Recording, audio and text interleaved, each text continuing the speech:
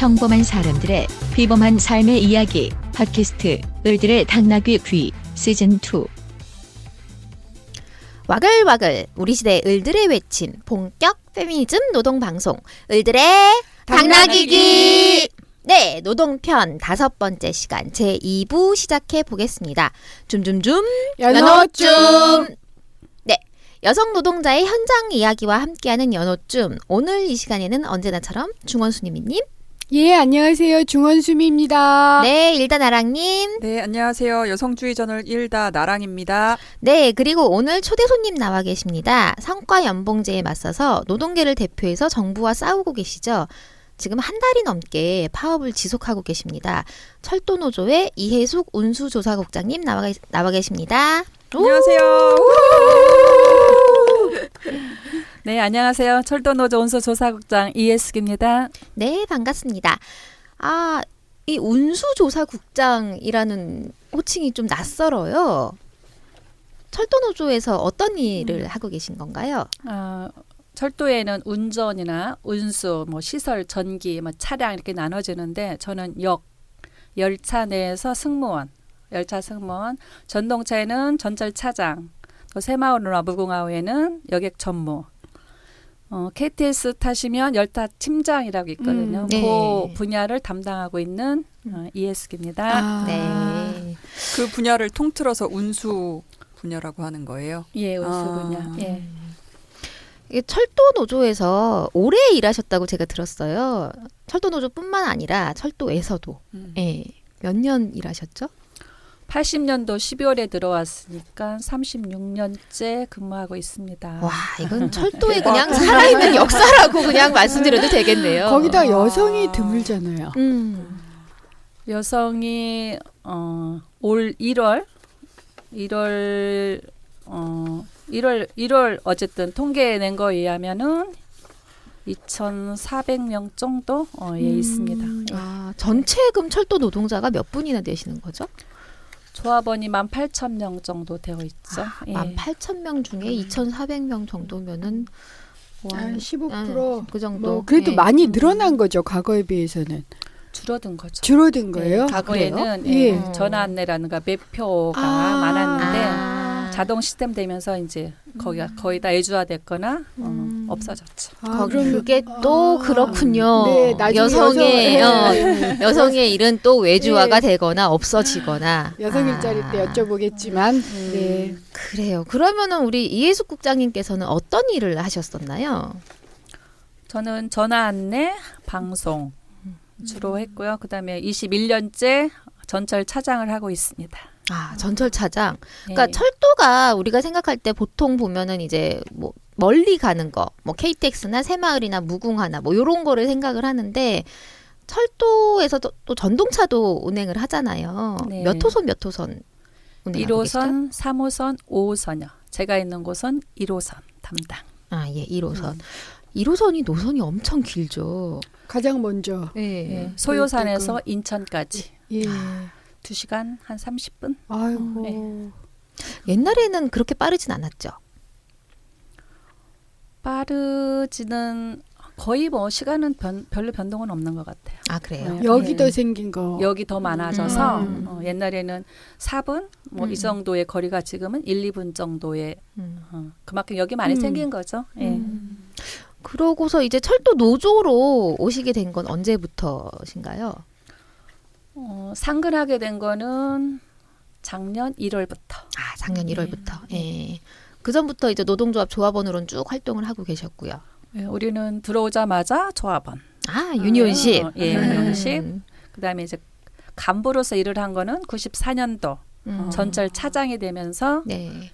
여자 처음이었고 여성 부장을 맡게 됐고 네. 그 당시에 여성 부장을 맡게 된 거는 보건 육아를 제대로 챙겨 써라 해서 지부장님이 어쨌든 여성 부장 명칭을 준 거죠. 아. 그렇게 시작된 게 여기까지 왔습니다. 네. 지금 철도 노조 안에서 홍일점이라고 제가 들었는데 맞나요? 조합 내에서는요. 본부 조합 내에서는 저 혼자뿐이죠. 네. 아, 또 외로우실 때도 있으실 것 같아요. 철도에서 외로움을 타면 견딜 수가 없습니다. 이런 남성화 아니면 최하, 중성화는 돼야지 예, 버틸 수 있죠. 우리가 철도 사업장을 여성화 시킬 수 있는 날은 언제일까요? 네, 뭐 어쨌든 오랜 시간 철도의 역사와 함께 하셨고 정말 살아있는 우리나라 철도의 산 증인이라고 말씀드릴 수가 있겠습니다. 자, 이제 지난달 27일이죠. 예, 27일에 파업을 네. 시작했으니까 벌써 한 달이 넘었네요. 예. 예. 이제 정부에서는 합법적인 파업을 두고 불법 파업이라고 호도를 하고 있고 그러고 있는데 지금 제가 보니까 노회찬 정의당 원내대표가 노동부 장관을 해임안을 건의를 하겠다라고 했어요. 이제 불법 파업을 합법 파업을 불법으로 예. 몰아간다라고 하면서 그렇게 얘기를 하고 있는데 지금 또 제대로 훈련도 되지 않은 대체 인력들을 투입해가지고 안전사고가 끊이질 않고 있는데 지금 현장 상황 어떻습니까? 심각하죠. 특히 이제 전동차에는 대체자가 군인하고 대학생까지도 좀 투입이 된 상태고 요즘에 언론에는 많이 나오지는 않지만 안전 사고들이 끊임없이 나고 있는데 가까운 시일 내에 얼마 전에 난 거 종로 3가역 예, 1시간 37분 정도 지연 사고 있었고 그다음 왕십리역 또 1시간 넘게 지연 사고가 있는데 네. 어제 아주 끔찍한 사고가 하나 났었죠. 꼭 사고라 하기에는 뭐한데 네네. 지하 청량역에서 회기역 사이에 승강장이 없는데 잠깐 정차한 사이에 출입문을 여는 사고가 벌어졌죠. 승강장이 없는 데서 출입문을 열어버리면 어떻게 되겠어요? 그죠? 떨어지겠죠, 선로로. 그렇죠. 그죠. 그게 그렇게 위험한 사고가 벌어졌고 그 열차에는 대체자가 2명이 탔었어요. 차장만. 근데 차장은 사실은 한 명씩 타는 게 원칙인데 불안해서 한 명을 더 태워서 둘이 운행하게 했는데도 불구하고 그런 사고가 난 거죠. 지금 철도 파업으로 인해서 뭐 말들은 파업으로 인해서라고 얘기하지만 정부, 그러니까 공사 대응, 정부의 대응은 완전히 이걸 뭐라고 표현해야 되죠? 무정부 정도라고 표현을 해야 되나요? 너무 심했나요? 사실 지금 정부가 없는 상태죠, 우리나라 지금. 안전이 아주 심각하게 위협받고 있는 상황입니다. 예. 이런 것도 최순실이 지시한 거 아니냐. 국민들이 이렇게 생각하실 거예요. 왜냐하면 성과주의의 민영화에 계속 그런 정책을 추진하고 결국은 협의했다는 얘기이기 때문에 그렇죠. 정말 가슴 아픈 일인 것 같습니다. 네. 근데 지금 파업에 참가하고 있는 조합원에게 또 인사상 불이익을 주고 있다라고 얘기를 하고 있는데 철도공사에서는 파업 때마다 얘기하죠. 네. 우리 2009년도 파업했을 때 2010년도에 강제순환전보 또 했고 그다음에 2013년도에 파업도 끝나고 들어가니까 또 강제순환전보 했고 이번에는 근데 이제 좀 특이해졌죠.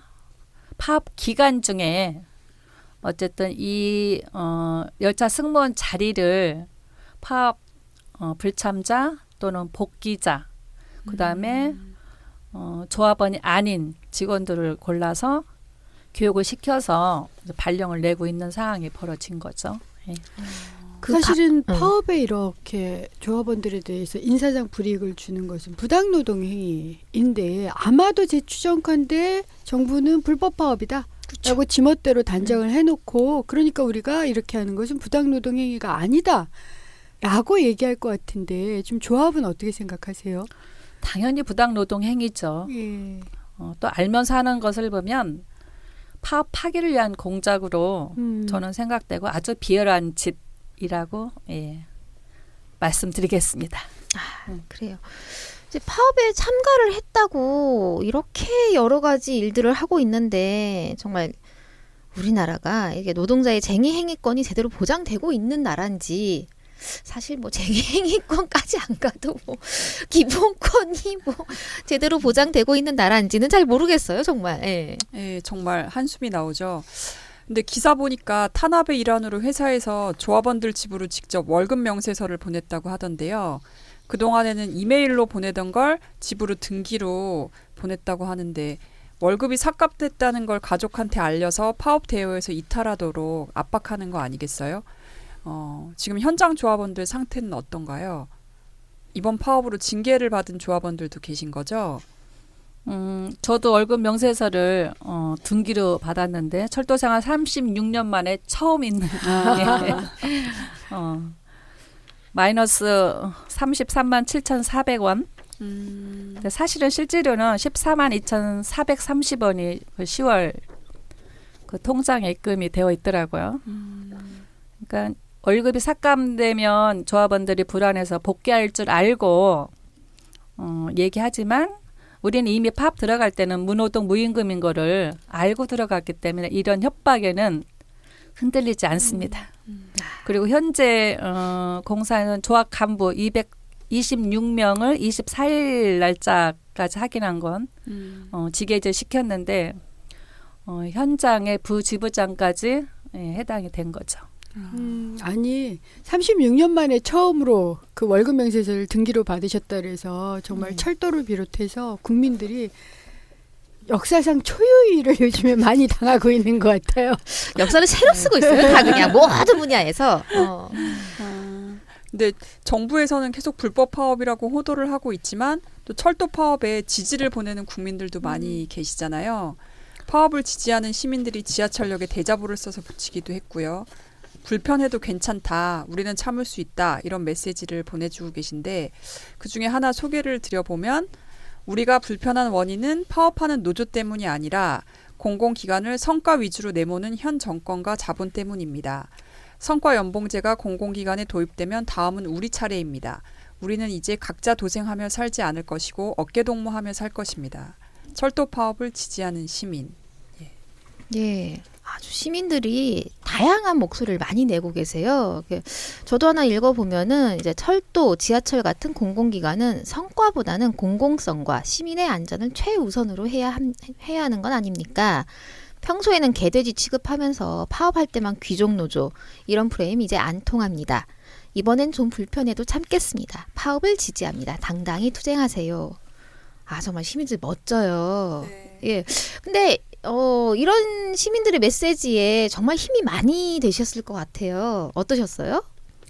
국민들의 지지는 지금 현재 우리 그 조합원들한테는 눈물이 나도록 감사한 일이죠. 무엇보다 파업하는 이유를 알고 또 지지해주고 성원해주는 국민들이 있어서 힘이 많이 납니다. 근데 그만큼 책임감에 어깨가 무겁기도 하는데 우리들이 공공성을 지키는 이 투쟁에 반드시 승리해서 국민 여러분께 보답하도록 노력하겠습니다. 예. 그 철도 그 파업하시는 노조원들이 보이는 자리뿐만 아니라 보이지 않는 자리에도 지지 메시지 하는 분들 계세요. 아니 왜냐면 제 친구가 수미야 상수동 카페에 왔는데 메시지가 있다? 그러면서 사진으로 보내줬어요. 상수동 카페 주인께서 몇 개의 카페가 우리는 철도 파업을 지지합니다. 뭐 이런 식으로 하고 이게 내 목소리니까 상관하지 마. 뭐 그 손님들한테 거의 그러는 것 같아서 되게 웃겼다는데 마음이 무척 따뜻해지더래요. 그래서 그래도 예전에 기종노조라든가 뭐 물류대란이라든가 뭐 빨갱이라든가 할 때보다는 조금 나아진 거 아닌가. 물론 헌법을 생각하면 이건 나아졌다라고 하기도 어렵고 정상으로 아직도 회복되지 않았다라고는 봐야 되지만 그래도 저도 참 고마운 것 같아요. 같이 보고 있으면. 이건 좀 약간 이 시민들의 지지 분위기를 악용한 사례를 제가 하나 고발을 할게요. 네. 시민사회단체 연대회의에서 이제 기자회견을 했어요. 파업 지지 기자회견을 하는데 그때 담당하시는 분이 좀 늦으시더라고요. 그러니까 저는 그때 사실 저도 늦을까봐 막 광화문에서 버스에서 내려가지고 정부 종합청사까지 막 열심히 뛰어갔는데 이분이 한 5분, 10분 이렇게 늦으시는 거예요. 근데 보통 기자회견은 잘 안 늦거든요. 근데 이분이 너무 늦었길래 제가 한마디 했어요. 아니 이렇게 늦으시면 어떡해요 주최 측이 이랬더니 하시는 말씀이 아이 좀 불편해도 괜찮아 이래야죠. 이렇게 악용을 하시더라고요. 아니 그 말을 듣고 저도 그 메시지 받은 거 확인해 봤더니 그게 요거예요. 지금 이 들으시는 분들은 안 보이실 때 요게 사진을 찍어서 보내줬는데 이게 주인이 가게 주인이 붙여놓은 거예요. 모두를 위한 파업. 조금 불편해도 괜찮아요. 나쁜 정부의 노동 계약 막아주세요. 철도 노조 성과 퇴출제에 반대하는 시민 누구누구. 네. 이름을 아예 딱. 그래서 참 이런 경우 서로 공유하게 되니까 굉장히 기분이 좋더라고요. 아, 나의 실명을 걸고 예, 좋아요 예. 빡. 예. 그러는 거죠. 아주 아름답습니다. 네. 근데 사실 이제 공공기관 노동자들이 파업을 할 때면 제일 먼저 나오는 게 그거잖아요. 시민들이 불편하다. 요게 제일 먼저 나오고 뭐 그다음에 또 귀족 노조가 또 뭘 하냐 이런 식으로 하잖아요. 근데 그런 만큼 이제 또 파업을 결정하실 때 굉장히 많이 고심하셨을 것 같아요. 근데 파업을 선택하고 이렇게 장기적으로 싸우고 계신 거는 이제 그만큼 절박하다 이런 얘기인 건데요. 사실 이렇게 파업이 길어진 적이 없잖아요. 네. 근데 이제 성과 연봉제라고 하는 게 이제 그만큼 중요하고 또 심각한 문제다라고 판단을 하셨다라고 하는 얘기인 건데, 자 이제 성과 연봉제가 도입이 되면 철도 현장이 어떻게 변화될 것 같으세요? 물론 철도의 문제도 있지만 이건 전국 노동자의 문제고, 우리가 학교 다닐 때 보면 학교 성적 때문에 그 우울증도 걸리고 자살도 하고 있는 그 지금의 시대잖아요. 맞아요. 근데 이거가 이제 어른들한테 온 거죠. 성과에 따라서 임금을 지급한다. 물론 관리자들이 볼 때는 내 말 잘 들어 뭐 이런 사람 위주로 이제 갈 확률이 되게 많다라고 보는 거고. 근데 우리 현장에서 볼 때는 이 철도의 일이란 게 아까 얘기한 운전이나 차량이나 시설이나 서로 협조가 잘 되어야지, 각자 일을 잘 해야지만 철도가 안전하게 운행되는 건데, 이거는 그렇게에 대한 공공성이라는 게 그런 식으로 가야 되고, 거기서 얼마나 더 안전하게 철도가 되었는지에 대한 평가가 돼야 되는 건데, 이거는 그게 아니잖아요. 개인적인 평가로 인해서 임금을 주겠다는 건데, 이거는 지금 누구나 봐도 다 관리자 말 잘 듣고, 그러니까 평가하는 관리자 말 잘 듣고, 조금 이거는 뭐 아니라 할지는 모르지만 밥 사주거나, 그죠? 커피 사주거나 어쨌든 아부할 수 있는 사람한테 분명히 성과가 더 가리라. 그래서 이거에 대한 성과 연봉제에 대한 거는 잘못된 정책이다. 저는 그렇게 보고 있습니다. 사실 이번에 노벨 경제학상을 받은 두 학자도 그 말씀하셨어요. 그래서 특히 공공 부분의 성과주의 도입이 굉장히 커다란 문제인데, 이런 예를 들으셨더라고요. 뭐 학생이든 노동자이든 하여튼 성과주의를 도입하면 가장 싫어하는 게 뭐냐면 내 동료가 나보다 열심히 하는 것, 성적 잘 받는 거라는 거예요. 그래서 공공부문처럼 협업이 필요한데 서로 잘 협조해가지고 시너지 효과를 내야 하는 데서는 내 동료가 그래서 성과를 더 받으면 안 되니까 그걸 발목을 잡아당긴다는 거예요. 그래서 협업 시스템 자체가 완전히 깨진다. 이것이 노벨 경제학상을 받게 된 분석 중에 하나거든요. 그래서 지금 운수노조국장님 말씀에 저는 정말 전적으로 공감을 합니다. 특히 다른 민간 기업도 마찬가지지만 공공 부분을 가지고 성과주의 도입해서 성과로 줄 세우는 거, 이거 꼭 막아야 될 국민적 과제다, 이렇게 생각이 드네요. 예, 이제 보면은 제가 그때 뭐 어떤 유인물을 봤는데 그때 되게 재밌는 사례를 넣어놓은 게 있었어요. 그게 뭐였냐면은 이제 그 요금을 징수하는 그 청년이 할머니한테 이렇게 실랑이를 하고 있는 거죠. 할머니가 아유 나 한 번만 봐줘, 나 지갑을 놓고 나왔어, 이렇게 매달리는데 이 청년은 할머니 안 됩니다, 저도 성과를 내야 돼요, 여기서 실적이 낮아지게 되면은 제 임금이 날라갑니다, 안 돼요 라고 이렇게 딱 잘라서 거절할 수밖에 없는 그런 일화를 갖다가 맞아요. 유인물에 딱 넣어놨더라고요. 그러니까 그거를 보면서 이제 확 오는 그런 느낌. 잠깐만, 예를 하나, 우리 철도에서 지금 현재도 이제 어떻게 보면 성과를 메고 있는데, 그게 뭐냐면 매표원이 없는 곳이 좀 많고 현재로서는. 그러면 이제 그 관리를 열차 승무원이 하는데, 그 한 사업소에서 그 승무원 쫙 이름 매겨놓고 수익금, 그러니까 무표객 얼마나 많이 잡았냐, 이거를 딱 순위를 매겨놓은 거예요. 그래놓고 맨 꼴찌를 발령을 낸 거야, 역적으로. 이게 아직 성과 연봉제가 들어오지 않는 철도에서 그런 일이 벌어진 거죠. 이거가 그러나 그 직원이 무표객이 있어야지만 할 수 있는 거잖아요. 그렇잖아요. 예. 무표객이 전혀 없는 데서 그거를 잡아낼 수는 없다라는 거지. 그리고 우리는 여객 정모가 2명이 탈 때가 있는데 한 명은 출입문 위주, 문 이제 그 위주로 열고 하나는 무표객 단속을 이제 하는 건데 아이고. 그러면 누구든지 다 출입문을 열려고 하겠어요? 아니면 무표객 단속을 단속을 하려고 하려고 하겠죠. 그러니까 이거가 이 성과는 정말 잘못된 거라고 하는 거를 증명하는 거가 되는 거죠. 거기다 하나가. 승객을 잠재적 범죄자로 간주하는 것을 예, 맞아. 그걸 성과표로 매기는 거 아니에요. 근데 이 부분에 대해서 노조에서 좀 강하게 좀 반발을 하셨을 것 같은데. 당연히 하죠. 네. 예, 그래서 작년에 저 한번 또 삭발을 한 적이 있죠.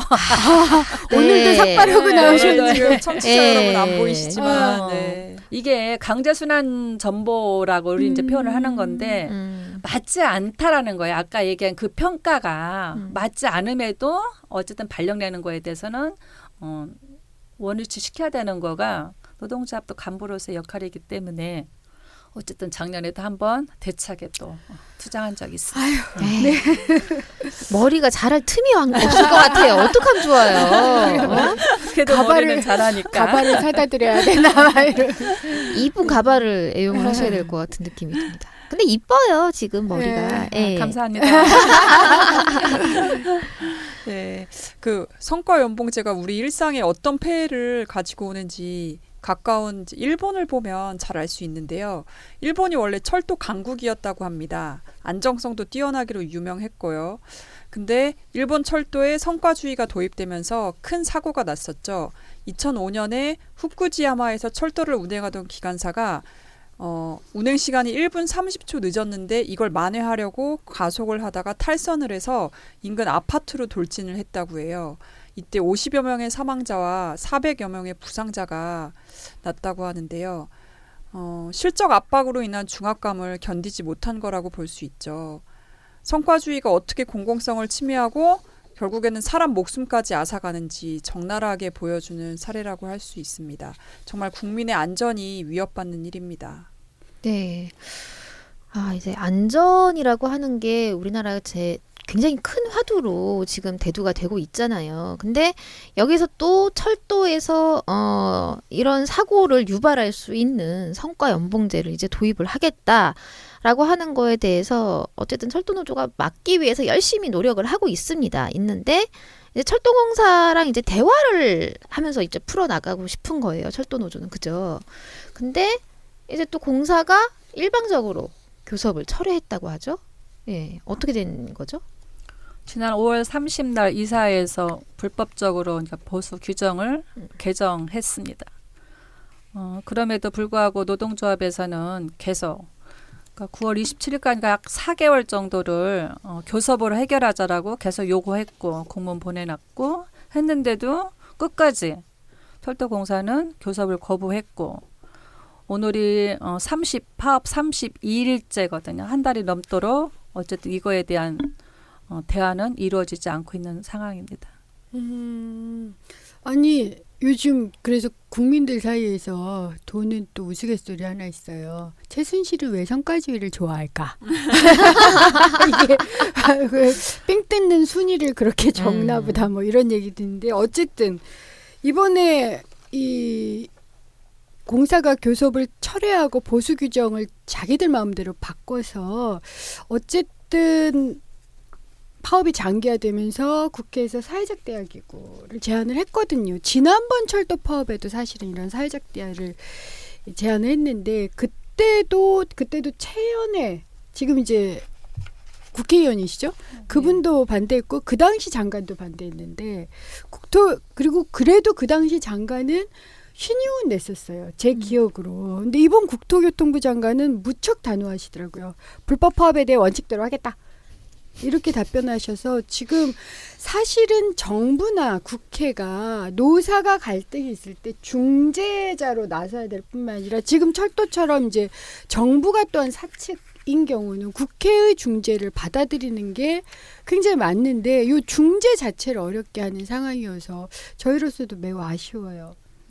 근데 이 파업이 불법이냐 합법이냐를 따질 때 있어서 그 기준이 사실은 이제 실제로 이제 근로 조건에 불이익한 침해가 있느냐라고 하는 그런 기준으로 불법과 합법을 따지잖아요. 그러니까 이 기존의 민주노총이나 이쪽에서 파업을 할 때 이 파업을 불법이다라고 규정을 했던 거는 이제 노동자들의 근로 조건이 아닌 다른 문제들을 가지고 그러니까 그걸 법적으로 어떻게 얘기하냐면 이익 분쟁은 합법이고 권리 분쟁은 불법이다라고 얘기해요. 예를 들어서 민영화나 뭐 이런 건 이건 이익이 아닌 노동자의 직접적 이익과 연관이 안 되는 것보다 불법이다라고 얘기하는데 사실은요. 그렇죠. 정부가 불법이라고 하잖아요. 그리고 나서 상당 부분이 법원에 가서 합법으로 바뀌었어요. 그렇죠. 그런 경우도 굉장히 많고 심지어는 MBC 공영방송 요구한 MBC 파업조차도 법원에서는 충분히 합법의 여지가 있다 그래서 합법이라고 나왔거든요.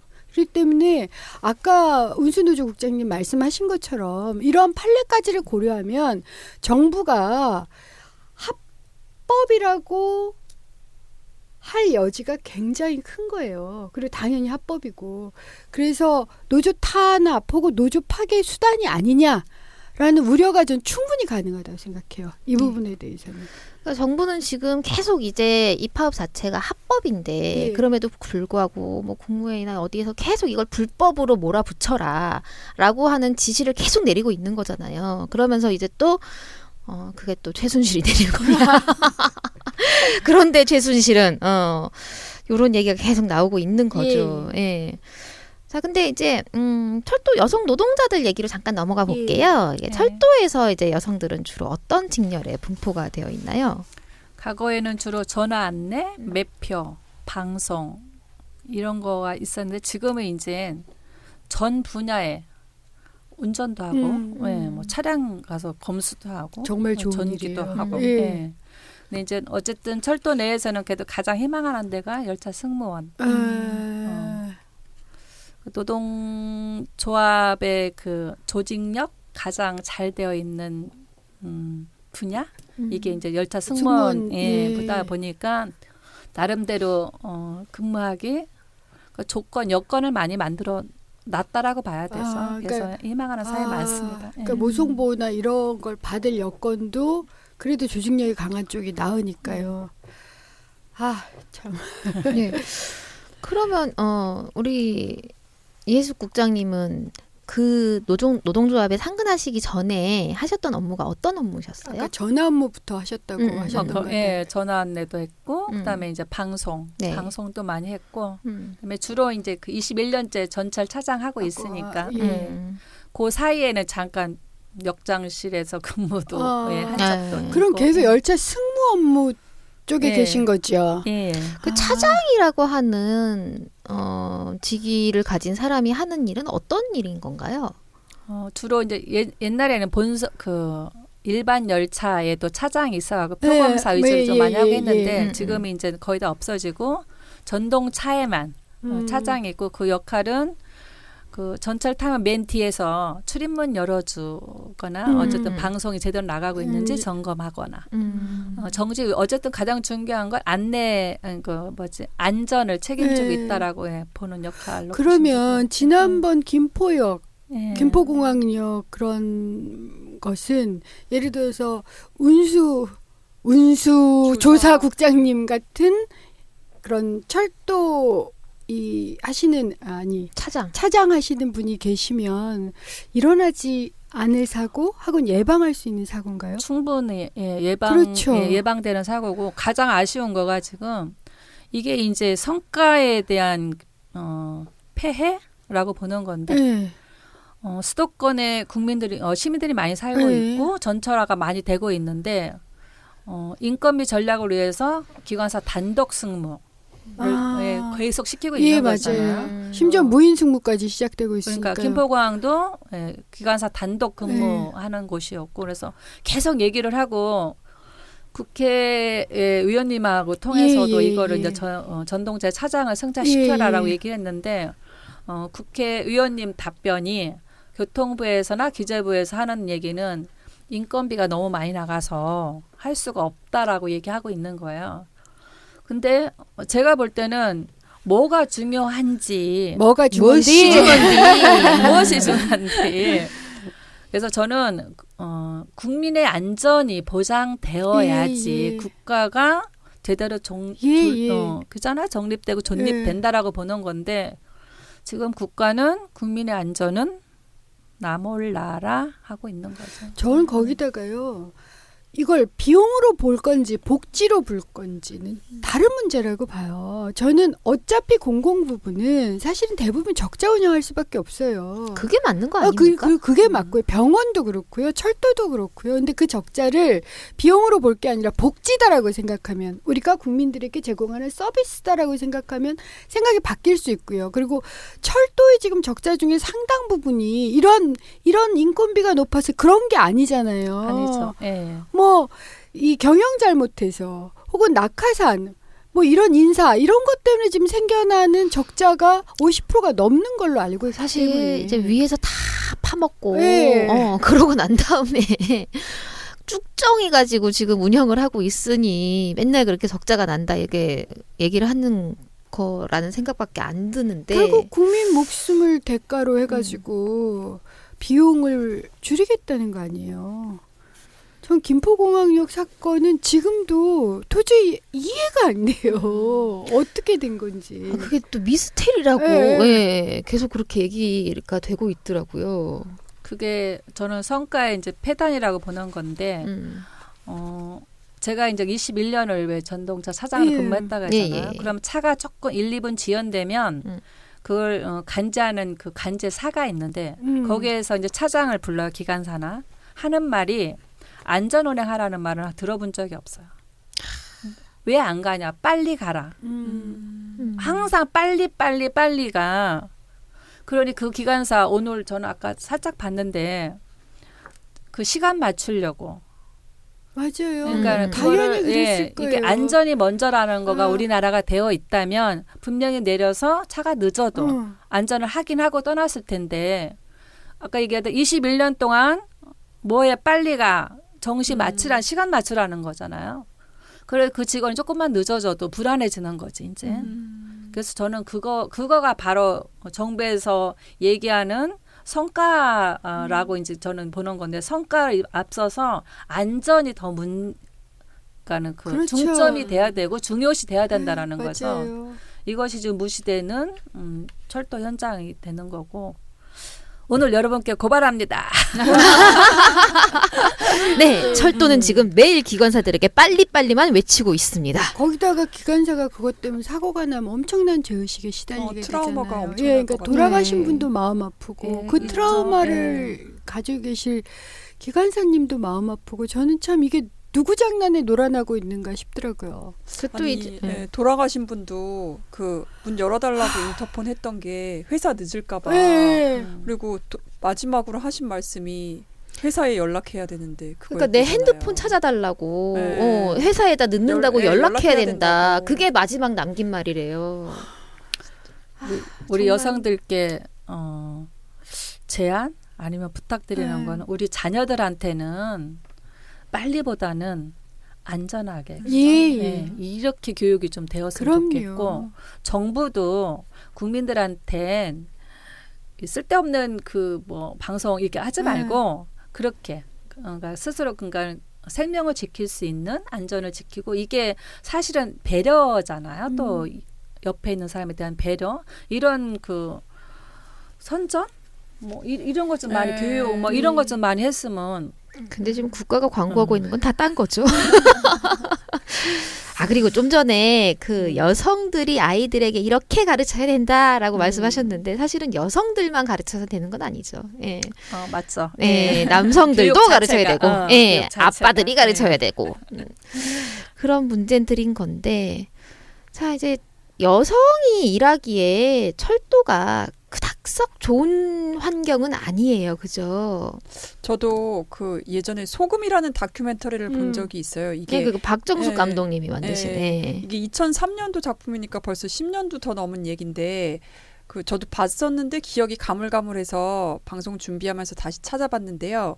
당시에는 이제 24시간 맞교대를 해야 되는 열악한 노동 있었고 또 달리는 열차에 매달렸다가 뛰어내리고 하는 노동 그리고 쉼없이 흔들리는 열차 안을 계속 걸어다니면서 한 달에 보름은 집에 들어가지 못하는 근무 체계 때문에 여성 노동자들이 임신하면 유산하는 일이 다반사로 벌어지기도 했대요. 그리고 출산 휴가도 보장받지 못하고 또 심지어 어떤 여성 승무원은 임신 후에 정기 검진을 위해서 보건 휴가를 냈더니 임신한 사실을 믿을 수 없다면서 증빙 서류를 가져오라고 요구했다는 이런 내용이었는데 지금 철도 여성 노동자들은 어떻게 일하고 계신가요? 노동 조건이 많이 좋아졌나요? 과거에 비해서는 많이 좋아졌죠. 과거에 우리 어용노조라고 할 때도 있었는데 그때에는 지금 얘기한 이게 다 사실이었고 근데 지금은 이제 민주노조 들어서고 어쨌든 노동자에 대한 뭐랄까 역할? 간부 역할도 제대로 하다 보니까 이제 지금은 많이 좋았고 24시간 근무에서 지금은 3조 2교대 그다음에 이제 지금은 어쨌든 임신한다 하면 뭐 그 증빙 서류만 병원에서 증빙 서류만 갖다 주면 바로 이제 철야 근무 지금 못하게 하고 있잖아요. 여성 임신하면 그러니까 일근 본인이 어쨌든 임항하면 일근으로 바로 보내주고 그 과거에 비해서는 많이 좋아지고 있습니다. 근데 아까 우리 휴게 시간에 잠깐 얘기를 했는데 뭐 생리 현상의 문제라든가 이건 여전히 심각하다라는 말씀을 좀 주셔서 어쨌든 전동차 아까 얘기한 전동차 내에서는 화장실이 없는 부분이 아직도 있는 거고 지금 많이 좋아지고는 있지만 많이 좋아진다라는 거는 종착지에서 가까운 곳에 화장실이 이제 설치가 되는 것.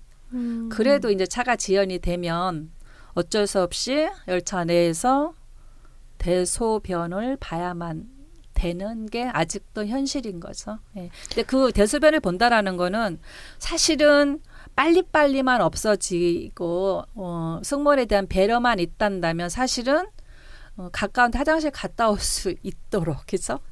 이거가 되면 굉장히 좋겠다는 생각이죠. 근데 아직까지는 뭐 여자 승무원들의 가방 속에는 그래도 비상용품, 비닐봉지, 뭐 종이컵, 휴지 뭐 이런 것들의 필수품 아직도 존재하고 있는 시대에 있다. 이렇게 말씀드리겠습니다. 아니 근데 그게 꼭 종착에서 종착까지 가야 되는 건가요? 그 중간에 교대를 누군가 하면 안 되나요? 교대가 물론 많아서 길게 타지 않으면 좋은데 철도도 인건비 전략이라는 거가 있기 때문에 어떻게 보면 최대의 노동력을 우리는 착취인데 거기서는 팍팍 긁어내기 위해서 얻어내는 이런 상황에서는 그래도 우리가 참을 수 있을 정도 아직까지는 그래도 참을 수 있을 정도인데 여기서 더 노동력의 악화가 어쨌든 이거가 악화된다면 이거는 참을 수 있을 정도가 아니고 이제 사실 들고 일어나고 노동조합이 좀 더 강해져야 되는 저는 그렇게 보고 있거든요. 그러니까 이런 거 같아요. 너희들 저항하지? 그래 그러면 그 승무인은 줄일게. 이러는 거 아니에요. 그리고 결국 현실은 지금 그렇죠. 거죠. 그 부담을 승객들한테 지우는 거죠. 승객이 위험해지니까. 근데 아까 고압선도 지나가고 그래서 굉장히 어렵다. 전동차회가 25,000볼트이다 보니까 지금 여승무원 사실 이제 우스갯소리로 많이 하는데 전동차의 승무를 오래 하면 아들을 못 낳고 다 딸. 좋은 건데. 그러니까. 요즘 아들 낳으면 사람들 다 울던데. 근데 이제 사실은 비율이 같아야지 되는 거잖아. 그잖아. 비율이 같아야 되는 건데 어쨌든 아들은 거의 없어요 보면. 진짜 그래요? 진짜 그래요.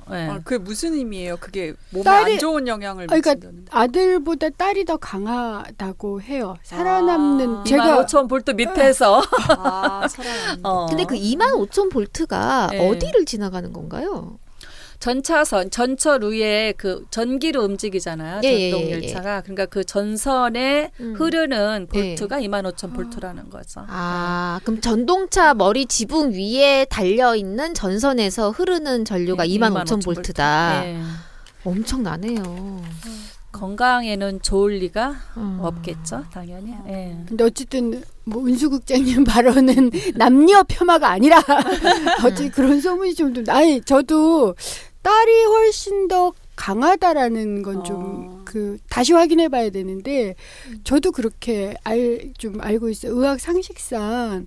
그래서 산모가 몸이 안 좋을 때 우선 아들 유산이 더 많아진다 뭐 이런 얘기도 과거에 있고 해서 좀 확인은 해봐야 될 것 같아요. 혹은 아예 불임이 되는 경우도 굉장히 많다고도 해요. 그러니까 실제로 불임이 되거나 아니면은 뭐 폐경, 완경이 빨리 오거나 예. 그렇기도 하나요? 저는 의사가 아니다 보니까 예. 그건 잘 모르겠는데 어쨌든 현재의 전동차 내 그 승무원들이 남자, 여자, 노총각, 노처녀가 굉장히 많아요. 그렇겠죠. 그래서 이것도 어떻게 보면 결혼을 미루게 되는 이유가 어쨌든 상대의 짝을 찾지 않게 되는 뭔가가 있지 않을까 하는 생각은 드는데 어디까지 공부를 해야 될지 네, 모르겠습니다. 연구 네. 대상이네요. 아니 실제로 철도 정책이 바뀌면서 그것이 철도 노동자들 삶에 준 효과나 영향은 전 분명히 좀 규명을 해봐야 될 것 같아요. 왜냐하면 전 공황장애로 자살하시는 분들을 많이 뵈서 그때마다 굉장히 가슴이 아프고 이게 문제가 좀 심각하구나. 그러니까 처음에는 공황장애 같은 걸로 승무원들이 자살하셨는데 이제는 승객들이 다치기 시작을 하는 거고 정비나 이런 업무를 하는 분들이 또 산재로 죽기도 하는 거고 지금 상황이 확대되고 있거든요. 그래서 요건 좀 진상규명이 필요하지 않겠나 전반적으로. 이건 정권 바꿔서. 네, 그러면은 또 이외에 철도 여성 노동자들이 토로하시는 곳 중에는 어떤 것들이 있어요? 지금은 아쉽게도 아까 뭐 민주노조 들어서서 이제 많이 좋아져 있다 하지만 또 이거가 또 어떻게 보면 관리자의 성과의 하나 일환일 텐데 보건휴가가 과거에는 유급에서 무급으로 바뀌었어요. 무급으로 바뀌었고 또 철도 내에서 아까 얘기한 성과가 인력 감축으로 쭉 이어지는 거고 그러다 보니까 현재 작은 역에선 사람이 많지 않고 여기에서 근무하는 여직원들은 보건휴가 쓴다라는 거가 상대방의 직원, 뭐 관리자의 눈치보다는 어쨌든 직원의 눈치를 볼 수밖에 없는. 왜냐하면 내가 하루 쉼으로써 일을 그 직원이 맡아서 또 해야 되는 거가 있기 때문에 어렵다라는 얘기를 좀 많이 하고 있는 거죠. 근데 이거는 끊임없이 노동조합에서 어쨌든 우리가 권리잖아요. 여성들의 권리니까 이거는 다시 원상 회복시켜야지만 되는 일 아닌가 하고 생각하고 있습니다. 참 다양한 문제점들이 많은 그런 현장인 것 같아요. 근데 하긴 어느 노동 현장이나 이런 문제들은 다 있을 것 같고요. 그 형태가 좀 달리해서 뭐 그렇게 발생될 것 같은데 지금 이제 파업의 쟁점인 성과연봉제와 우리 여성 노동자들을 연결지어 갖고 생각을 해보면요. 성과연봉제가 저성과자 해고로 가는 관문이나 마찬가지잖아요. 근데 이제 저성과자 해고 얘기가 처음 나왔을 때부터 그 타겟이 두 부류가 될 거다라고 하는 얘기가 있었어요. 한 부류는 이제 노조 활동을 열심히 하는 사람. 예. 왜냐면은 회사에서 이제 눈에 가시처럼 생각하는 사람들이기 때문에 기회는 이때다 이러면서 잘라버릴 거다라고 하는 거고 또 한 부류는 이제 여성 노동자들이 될 거라는 얘기였는데 임신하고 출산해가지고 출산휴가 가고 육아휴직 들어가고 또 육아 때문에 야근을 못하고 이런 여성 노동자들이 회사 입장에서는 정말 눈에 가신 거죠. 근데 여성 노동자들을 퇴출시킬 가장 좋은 구실이 바로 이제 성과 퇴출제, 저성과자 해고인 거죠. 실제 철도 노조에서는 이런 현상이 나타나나요? 왜냐하면 다른 데서는 좀 나타나는 경우들이 있어요. 그러니까 여성 중요 직무를 우선 민영화시키는 거 하고 그다음에 실제로 성과평가를 할 때 보면 여성들이 승진이나 인사, 임금 이런 데 실제로 이 불이익을 당하는 경우들이 매우 많이 보고되거든요. 근데 철도는 어떤지 잘 모르겠어요. 노조가 아무래도 강하다 보니까 어느 정도 보호는 지금 있는 게 아닌가 싶기도 하고요. 당연히 이제 하고 있는 거고 예. 앞으로 이제 더 강하게 이제 보호할 부분이 있는 건데 사실 우리도 고민을 많이 하고 있는 거죠. 성과연봉제가 들어오면 성과연봉제라는 건 인력 감축하고 거의 뭐 같이 가는 거잖아요, 그죠? 예. 그러니까 성과를 낸다라는 거는 인력 감축했었을 때에 우리 스스로 이제 그 생각하고 있는지는 모르겠지만 사실은 출산휴가 쓰는 사람들이 불안해지는 건 뻔할 테고 그다음에 아까 얘기한 남자들 사용하지 않는 보건휴가조차도 평가에 분명히 집어넣을 거다라는 생각은 하고 있는 거고 어쨌든 철도 노조가 굳건히 굳건히 지켜서 나라의 노동자들의 모범이 되는 조합으로 유지되도록 최선을 다하겠습니다. 네. 이제 저희 평등의 전화에서 올 초에 이런 상담이 들어왔었어요.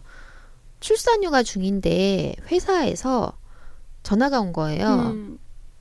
지금 회사가 어렵다. 명예퇴직 할래? 아니면 저성과자로 해고될래? 둘 중에 하나 선택해라. 근데 꽤 이름이 있는 대기업이었어요. 근데 이 여성 노동자가 뭐를 선택할 수가 있겠어요, 그 상황에서.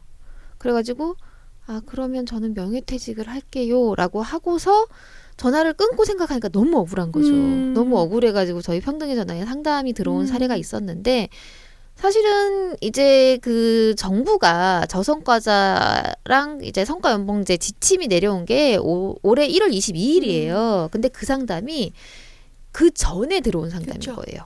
예, 그러니까 민간 기업들에서는 이미 그거를 다 시작을 하고 있는 거고. 예. 그리고 또 재밌는 게 제가 얼마 전에 그 시사 프로를 하나 봤는데 해고를 위한 교육이 있더라고요. 예. 그래서 이제 일단 회사에서 성과가 낮다라고 그 낙인이 찍힌 사람들을 갖다가 교육하는 데로 보내요. 근데 그 교육하는 데서 하는 일이 뭐냐면은 정말 해내지 못할 과제를 매일 주는 거예요. 이 사람이 처음 듣도 못한 그런 내용의 공부를 시키고 그러고 나가지고 많은 양의 과제를 제출을 하게 하고 그런 식으로 이제 들어가는데 그러면서 이제 못하죠, 당연히. 그걸 못 해내죠. 못 해내면은 너는 더 이상 이 회사에서 일할 수가 없다. 그리고 완전히 해고 통보를 하게 되는. 그럼요. 아니 저도 당했는데 저는 2009년부터 성과평가를 받았어요. 처음에는 연봉만 줄이겠다고 했다가 그 다음 단계로 들어온 게 삼진아웃제. 그 다음 단계로 들어오는 게 이진아웃제였어요. 그러니까 저희가 S, A, B, C, D였는데 D를 2번 받으면 해고라는 거예요. 그래서 그것 때문에 싸웠는데 저 같은 경우가 왜 그 타겟이 될 수 있냐면 우리 제 직장에서는 30%는 원장이 정성평가를 해요. 말을 안 듣는 사람들은 아주 낮은 점수를 주거나 0점을 기준이 주는 난 거죠. 거네요, 완전. 예, 저는 아예 뭐 그렇게 점수를 받았고 최악의 점수를 받았고 정량평가는 또 이게 용역을 몇 개 했나 개수를 가지고 해요. 근데 저처럼 이렇게 노종 현장 쫓아다니고 길게 연구를 해야 되는 사람들은 용역 개수가 채우기가 힘들어요. 그런데요. 그 용역 개수도 1년에 10개까지 했다니까 미쳤죠. 그럼 남들은 몇 개를 한다는 거예요. 거기에 용역 단가까지도 그래요. 근데 또 노사관계 용역은 용역 비용이 적어요. 그렇죠. 별로 정부에서 필요로 하지 않기 때문에 굉장히 낮거든요. 그래도 그 용역을 해야 되겠다 생각해서 하는 건데 이게 제가 공공 부분에 있었잖아요. 이미 민간 부분에 도입됐었고 공공 부분에 2008년 9년에 도입이 됐었어요. 그래서 노조가 약한 곳이라든가 어쨌든 하여튼 그런 곳부터 도입이 돼서 저 매번 얘기하잖아요. 회사 나올 때 급여가 30% 삭감되어 있는 상태였어요. 이미. 성과 연봉제라서. 예. 제가 D를 2번을 받았거든요. 근데 그게 제가 그 수치감, 모멸감을 알아요.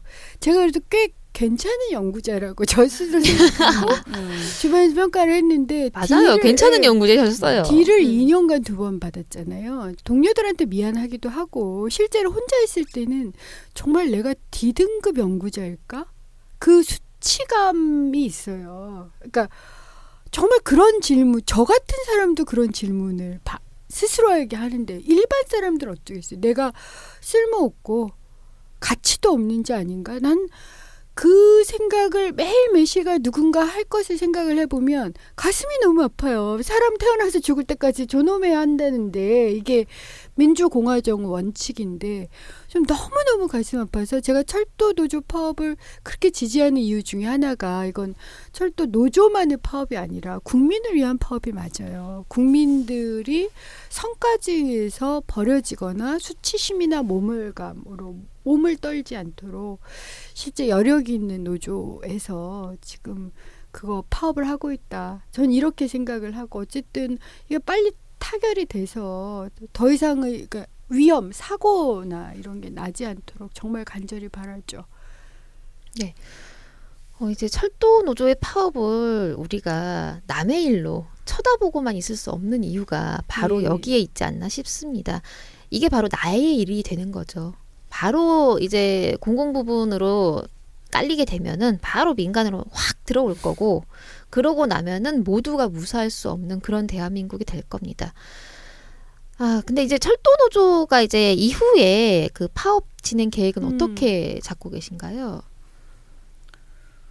특별하게 뭐 어떻게 가자 뭐 이런 거는 없는 거고 지금 우리가 요구하는 거는 어쨌든 노사 합의로 풀자라는 거가 원칙이기 때문에 일단은 정식적으로 요청이 오면 우리는 뭐 언제든지 만날 의향이 있는 거고 위원장님이 또 기다리고 있는 상황이라 좀 지켜봐야 될 것 같습니다. 대통령이 헌정질서를 위반한 아주 강력한 의혹이 있는 상황에서 좀 노사관계가 그래도 좀 풀릴 가능성 없을까요?